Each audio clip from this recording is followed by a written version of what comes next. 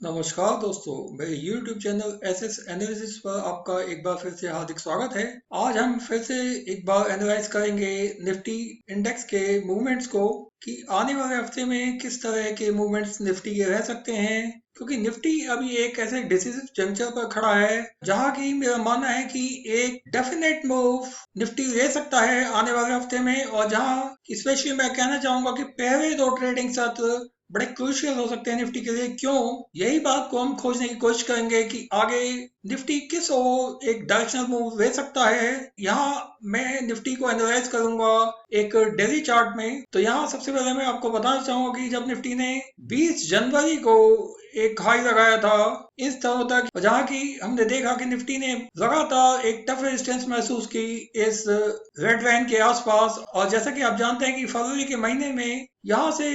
एक downward trend की शुरुआत हुई निफ्टी में, जो कि पूरे मार्च के महीने तक जारी रही, जहां की 23 मार्च को निफ्टी ने इस स्तर को छुआ था इस गिरावट में। तो सबसे पहले मैं आपको बता दूं चार्ट दिखाने से पहले कि ये जो गिरावट थी ये 70 डिग्री का एंगल था, ये यानी ये एक खड़ी गिरावट थी। एक 70 डिग्री के एंगल का ये फॉल था, जहाँ की कुछ सस्टेन किया था निफ्टी ने इस गिरावट में, इस जोन में। क्योंकि यहाँ आप जो देख रहे हैं ये एक एक्लिप्स जोन है, जो कि इस क्रूशियल ट्रेडिंग जोन का एक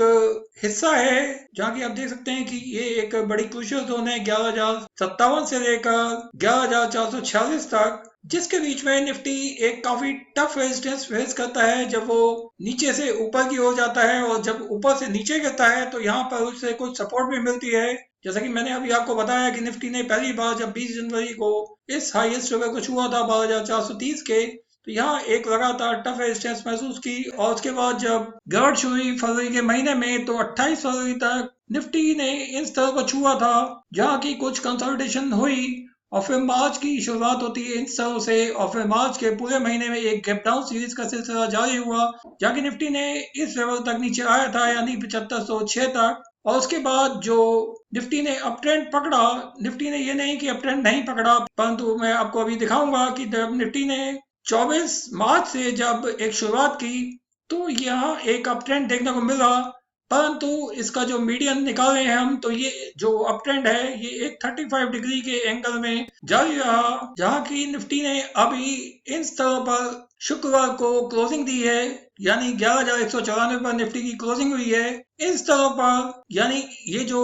एक जोन है, जो डिसीजन जोन में जिसे कह रहा हूँ, इसके ठीक बीच में एक लाइन आप देख रहे हैं ये रेड कलर से, ये एक बड़ा ही डिसिसिव पॉइंट है जो कि 11,193 पर है। तो निफ्टी अभी ठीक इसी जगह बंद हुआ है। तो यहाँ निफ्टी को अगले दो ट्रेडिंग सत्रों में फैसला लेना होगा कि उसे किस ओर रहना है। क्या निफ्टी बुल्स के फेवर में रहेगा या बीयर्स के, ये तो आने वाले दो ट्रेडिंग सत्रों में डिसाइड हो जाएगा। तो आइए अब मैं आपको दिखा रहा हूँ कि निफ्टी की क्या मूवमेंट्स हैं। तो यहाँ आप देखें निफ्टी इंडेक्स का एक डेली चार्ट। तो जैसा कि मैं आपको अभी एक्सप्लेन कर चुका हूँ कि निफ्टी ने एक हाई लगाया था 20 जनवरी को यहाँ 12,430 का, और उसके बाद लगातार रेजिस्टेंस फेस की इस लाइन के ऊपर, यानी 12,268 के स्तर पर एक टफ रेजिस्टेंस निफ्टी ने लगातार निफ्टी झेलता रहा। और अंत में आप देख सकते हैं कि 14 फरवरी से एक गिरावट का दौर शुरू हुआ, जहां निफ्टी ने इन स्तरों पर कुछ स्टे किया, यानी 12,085 पर। और उसके बाद निफ्टी ने एक खड़ी गिरावट की शुरुआत की। आप यहाँ देख सकते हैं कि 28 फरवरी को निफ्टी ने इस स्तरों को छू लिया था, यानी 11,183 के, जिसके आसपास वो फ्राइडे को बंद हुआ है। उसके बाद आप देख सकते हैं कि यहाँ से यदि हम ट्रेडिंग सत्रों की गिनती करें, तो आप देख सकते हैं कि 5 ट्रेडिंग सत्रों के बाद, यानी आप यहाँ देख सकते हैं कि 1 2 3 4 और 5 ट्रेडिंग सत्रों के बाद निफ्टी ने एक अहम फैसला लिया। और जब ओपनिंग हुई निफ्टी की 6 मार्च को, तो यहाँ एक गैप डाउन ओपनिंग हुई, वो भी इस डिसीजन जोन के ठीक नीचे, जहाँ की निफ्टी ने कोशिश की यहाँ स्टे करने की, परंतु यहाँ वीकनेस काफी आ चुकी थी निफ्टी में, जहाँ की निफ्टी ने अगले ट्रेडिंग सत्र में यानी 9 मार्च को एक गैप डाउन ओपनिंग दी, जहाँ आप देख सकते हैं निफ्टी ने इस तरह को छुआ था, यानी 10,304 के। उसके बाद निफ्टी ने अटेम्प्ट तो किया ऊपर जाने का, परंतु यहाँ से फिर एक्सॉशन देखा गया निफ्टी में। उससे अगले दिन यानी 11 मार्च को आप देख सकते हैं कि निफ्टी में काफी वीकनेस आ चुकी थी, और उसके बाद ये गैप डाउन का सिलसिला जारी रहा, जब निफ्टी ने इस तरह को छुआ था। आप यहाँ देख सकते हैं कि निफ्टी ने 7516 के स्तर को छुआ था 23 मार्च को,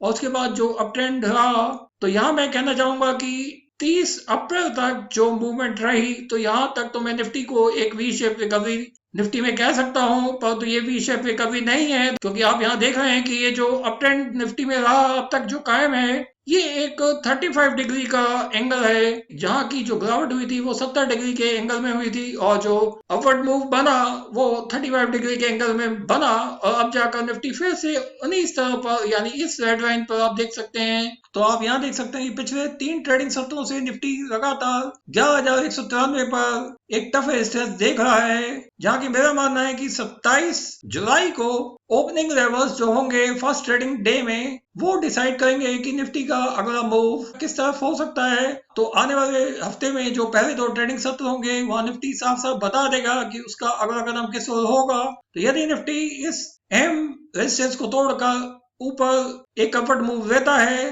तो फिर देखना होगा कि क्या निफ्टी इस एक्विप जोन को तोड़ता है या नहीं, यानी क्या निफ्टी 11,446 के ऊपर सस्टेन करता है या नहीं। तो ही निफ्टी में हम एक अपवर्ड मूव को आते हुए देख सकते हैं, जहाँ की जो अगला रेजिस्टेंस लेवल होगा वो 11,720 का हो सकता है, और यदि निफ्टी ने इसको भी तोड़ा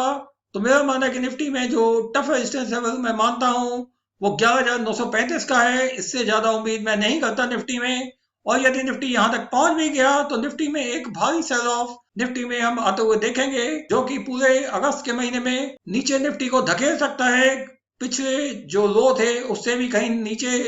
निफ्टी जा सकता है, इसमें कोई शक नहीं, क्योंकि निफ्टी में कोई बुलिश सेंटीमेंट्स अभी नहीं है। जैसा कि आप जानते हैं कि S&P 500 इंडेक्स भी शुक्रवार को तकरीबन 1% की गिरावट के साथ बंद हुआ है, और वहीं गोल्ड फ्यूचर्स $1900 के ऊपर एक मजबूत चाल बनाए हुए हैं, जो कि आने वाली इंडिसिजनेस को दिखाता है कि ग्लोबल इक्विटी मार्केट्स में जो वीकनेस है वो कितनी अधिक है, क्योंकि अमेरिका और चीन के बीच में बिगड़ते हुए व्यापारिक संबंध अब कुछ और ही परिभाषा बदल चुके हैं। टैरिफ ट्रेड वार को या हम एक कोल्ड वॉर में तब्दील होते हुए देख रहे हैं, जिसके कारण ग्लोबल सप्लाई चेन पूरी तरह से ठप हो चुका है, क्योंकि राष्ट्रपति श्री डोनाल्ड ट्रंप का कहना है कि कोविड-19 के बढ़ते हुए केसेस के चलते अब ट्रेड डील के कोई मायने नहीं रह जाते, जिसके चलते मेरा मानना है कि ग्लोबल सप्लाई चेन और काफी दिनों तक ठप रह सकती है, क्योंकि विश्व में ही नहीं भारत में भी कोविड-19 के बढ़ते हुए नए केसेस एक बड़ी भारी चिंता का विषय है। और वहीं जो वैक्सीन फ्रंट पर जो डेवलपमेंट्स हैं उनमें कोई अभी साफ रुख नहीं है,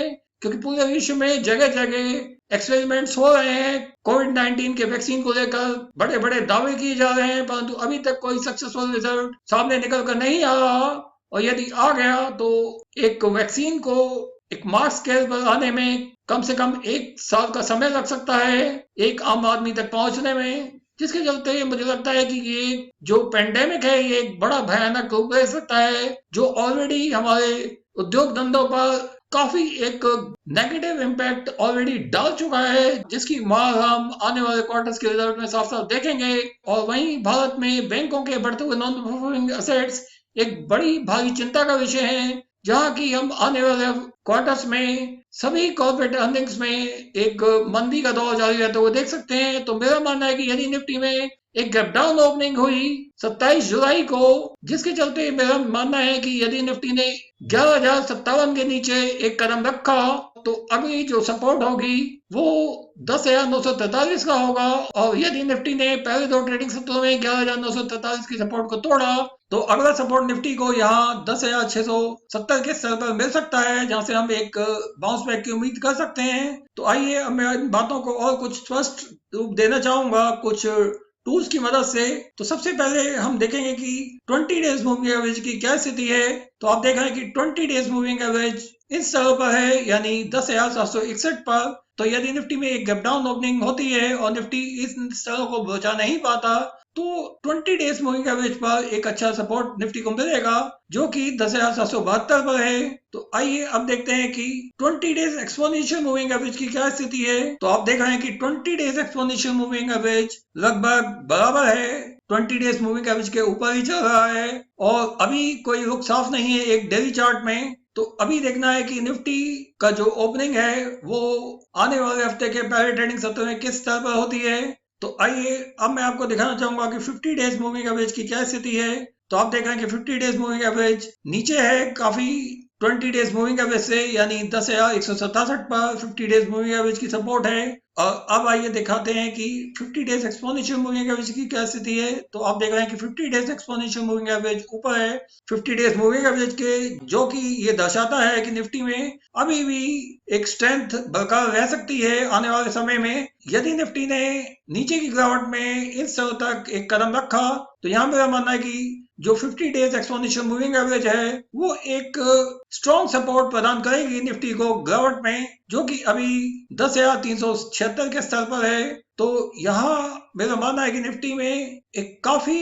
कशमकश देखी जा सकती है अगले 2 ट्रेडिंग सत्रों में। तो यहाँ मेरा मानना है कि आने वाले हफ्ते के पहले 2 ट्रेडिंग सत्रों में निफ्टी को एक बड़ा डिसीजन लेना होगा। तो आइए अब देखते हैं कि 200 डेज मूविंग एवरेज की क्या स्थिति है। तो यहाँ आप देख रहे हैं कि 200 डेज मूविंग एवरेज अभी 10,860 के स्तर पर है, जहाँ की निफ्टी में एक अच्छा सपोर्ट किसी भी गिरावट में 200 डेज मूविंग एवरेज पर मिल सकता है। तो यहाँ मेरा मानना है कि यदि निफ्टी ने एक सस्टेनेबल मूव लिया 10,860 के नीचे, यानी 200 डेज मूविंग एवरेज के नीचे, तो निफ्टी में एक गिरावट एक बड़ा भयंकर रूप ले सकती है आने वाले हफ्तों में, जहां की हम निफ्टी को 9,855 के स्तर को भी तोड़ता हुआ देख सकते हैं। और यदि निफ्टी ने इस तरह से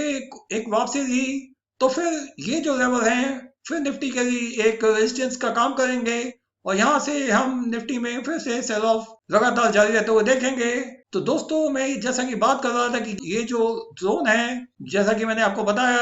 कि निफ्टी की एक बड़ी डिसीजन जोन है, जहां निफ्टी अभी बिल्कुल मिड में बंद हुआ है शुक्रवार को। यहाँ आप देख सकते हैं कि ये जोन 11,057 से लेकर 11,446 तक है। तो मैं आपको यहाँ दिखाना चाहूंगा कि निफ्टी के लिए ये जोन कितनी इंपॉर्टेंट है,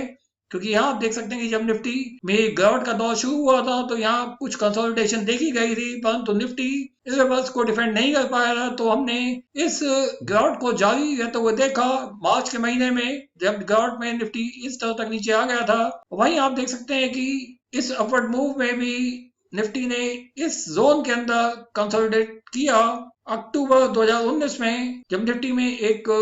अपवर्ड मूव बना था, तो यहाँ आप देख रहे हैं कि 20 सितंबर को एक अच्छी छलांग लगाई थी निफ्टी ने, जब कॉर्पोरेट टैक्स कट को लेकर एक अनाउंसमेंट हुई थी भारत की वित्त मंत्री श्रीमती निर्मला सीतारमन द्वारा। तो निफ्टी ने एक अपवर्ड मूव लिया था 11,685 तक, जहां निफ्टी को एक रेजिस्टेंस मिला और निफ्टी नीचे आया। तो यहाँ मेरा मानना है कि निफ्टी के जो फंडामेंटल्स है वो काफी वीक हैं। तो यहाँ मेरा मानना है कि इस जोन के लोअर एंड पर निफ्टी ने सपोर्ट तो लिया 9 अक्टूबर 2019 को, परंतु इस अपट्रेंड में कोई खास आपको स्ट्रेंथ नहीं दिखती, जहां की निफ्टी ने एक हाई तो लगा लिया, परंतु ये वो पीरियड था जब FIAs और DIAs यहाँ सेलिंग कर रहे थे और एक आम निवेशक यहाँ बाइंग कर रहा था इस उम्मीद को लेकर कि निफ्टी 12,430 के लेवल को छू सकता है। तो निफ्टी अब 13,000 या 14,000 के लेवल को छुएगा, परंतु उससे ठीक उल्टा हुआ। निफ्टी में गिरावट निफ्टी को कहां से कहां तक ले आई वो आपने देखा। तो आप यहाँ देख सकते हैं कि काफी लंबे समय से हम इस जोन में निफ्टी को एक अहम डिसीजन मूव लेते हुए देख रहे हैं। तो यहाँ आप देख रहे हैं कि 6 फरवरी 2019 को निफ्टी ने इस अहम डिसीजन जोन के अंदर घुसने की कोशिश की थी, परंतु सफलता नहीं मिली और निफ्टी में हमने एक गैप डाउन ओपनिंग देखी यहाँ, और निफ्टी इस स्तर तक नीचे आया था, यानी 10,599 के स्तर तक। तो मेरा मानना है कि ये जो जोन है ये एक काफी लंबे समय तक निफ्टी को एक डिसीजन मूव देती है। तो आप यहाँ देख रहे हैं कि निफ्टी अभी इसी डिसीजन जोन के बिल्कुल मिड में खड़ा है, जहाँ की उसे एक डिसीजन लेना है। तो मेरा मानना है कि निफ्टी 23 जुलाई से शुरू होने वाले हफ्ते के पहले 2 ट्रेडिंग सत्रों में ये डिसीजन ले लेगा कि उसका अगला कदम किस ओर होगा। तो यहाँ दोस्तों आपको बड़ा कॉशियस रहना चाहिए, क्योंकि यहाँ निफ्टी का एक सपोर्ट भी है नीचे 10,860 पर, तो ये काफी नीचे है, परंतु यहाँ से निफ्टी में एक बाउंस बैक की उम्मीद की जा सकती है, क्योंकि उसके ठीक नीचे यानी 10,783 के स्तर पर 20 डेज मूविंग एवरेज और 20 डेज एक्सपोनेंशियल मूविंग एवरेज एक अच्छा सपोर्ट दे रही है। तो आइए अब देखते हैं कि इचिमोको क्लाउड की क्या पोजीशन है एक डेली चार्ट में। तो यहाँ आप देख रहे हैं कि निफ्टी अभी काफी ऊपर है इचिमोको क्लाउड के। तो यदि निफ्टी में अब गिरावट होती है तो हम निफ्टी को जो फाइनल सपोर्ट मेरा मानना है कि इस तरह पर निफ्टी को मिलेगा इचिमोको क्लाउड के अपर एंड पर एक स्ट्रॉन्ग सपोर्ट मिल सकता है, जो कि अभी 9,893 पर है। तो दोस्तों, निफ्टी में आने वाले हफ्तों में काफी वॉलिटिलिटी रह सकती है। तो ये नहीं कि निफ्टी नीचे गिरा तो नीचे ही गिरेगा, थोड़ा सा ऊपर जा सकता है, परंतु अप साइड काफी लिमिटेड है, परंतु डाउन साइड काफी डीप है। तो दोस्तों, मेरे ये वीडियो देखने के लिए आपका बहुत बहुत धन्यवाद। यदि ये वीडियो आपको अच्छा लगा हो तो अपने ज्यादा से ज्यादा दोस्तों के साथ शेयर करें। Thank you.